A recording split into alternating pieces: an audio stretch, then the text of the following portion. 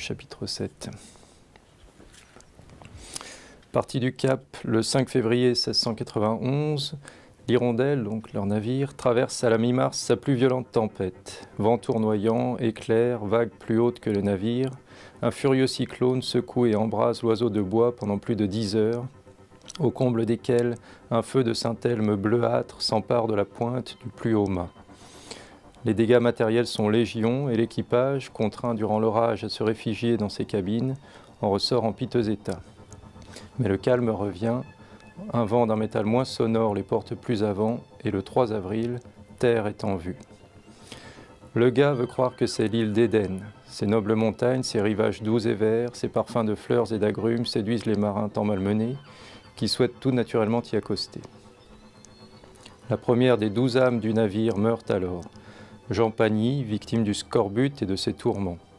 Il a 31 ans. Mourir après 8 mois de voyage, à quelques encablures de l'île rêvée, dit terriblement combien il est vain d'espérer jamais arriver quelque part. Le plus souvent, le cheminement fait toute la vie.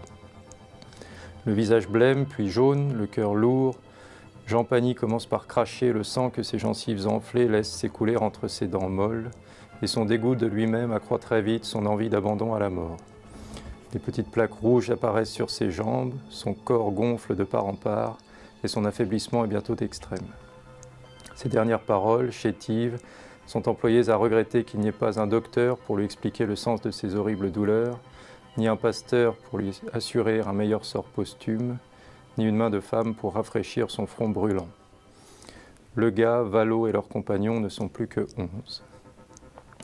Ils peuvent se demander, face à la mort, à quoi aura rimé cette longue navigation riche en maladies, en tempêtes et en conflits, et quel étrange suicide s'est tramé tout du long, sous couleur de plaisirs marins et d'utopies paradisiaques, dans les périls et le plus extrême isolement.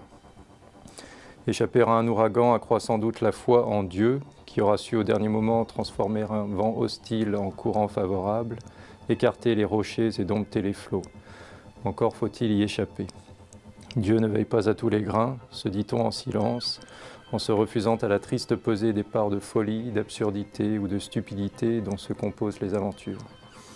Ce n'est plus alors Dieu qui préside au voyage, son gage n'est plus sûr, mais c'est la mort, par sa violente menace, qui invite paradoxalement à toutes les audaces.